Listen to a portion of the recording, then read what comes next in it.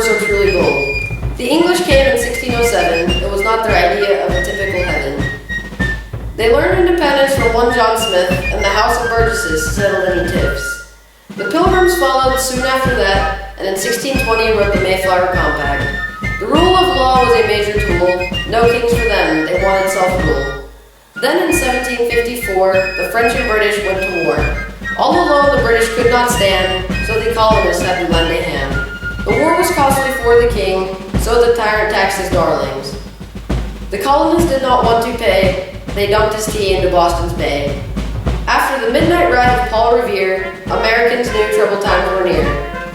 Lexington and Concord marked the spot. I wonder who fired that very first shot. Give me liberty, or give me death, Patrick Henry said with all his breath. Thomas Paine wrote Common Sense, and Jefferson declared our independence. That was July 4th, 1776. They put King George into a fix. The Treaty of Paris ended the war, and in 1783, America was born. The Articles of Confederation were not so great, so the delegates started with a brand new slate. We needed new laws and strong leadership, so Madison and Hamilton made the trip. After much debate from behind closed doors, the Constitution became our government's core. The convention was in 1787. Ben Franklin said, "Sign it, boys, you ain't getting heaven." Ratified in 1791, the Bill of Rights had just begun. With amendments numbered 1 through 10, it protects the rights of all Americans. Washington was the father of our great nation. He said farewell to maintain isolation. The cabinet split with Hamilton and Jefferson between Federalist and Democratic Republican. Louisiana was purchased in 1803. Jefferson doubled the U.S. territory. Monroe had a doctrine that forced Europe away and said we would use force if they wanted to stay. Jackson praised the common man and claimed Native American lands.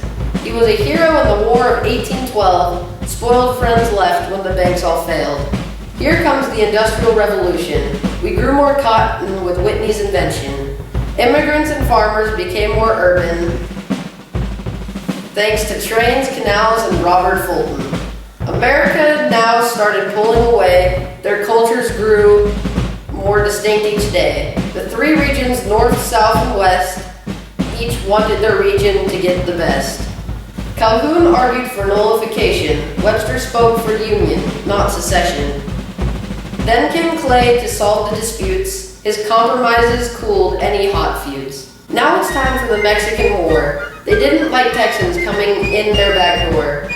When all of this was said and done, American now stretched clear to Oregon. When gold was discovered in 48, thousands came to get their take. Wagon trails stretched from sea to sea in search of our manifest destiny. Along came Lincoln, a tall and slender man, 16th president of our great land. 1 month after he was elected, South Carolina left and the Union dissected. The Civil War ended in 1865. 620,000 gave their lives. What we gained from this catastrophe were 3 amendments and the end of slavery.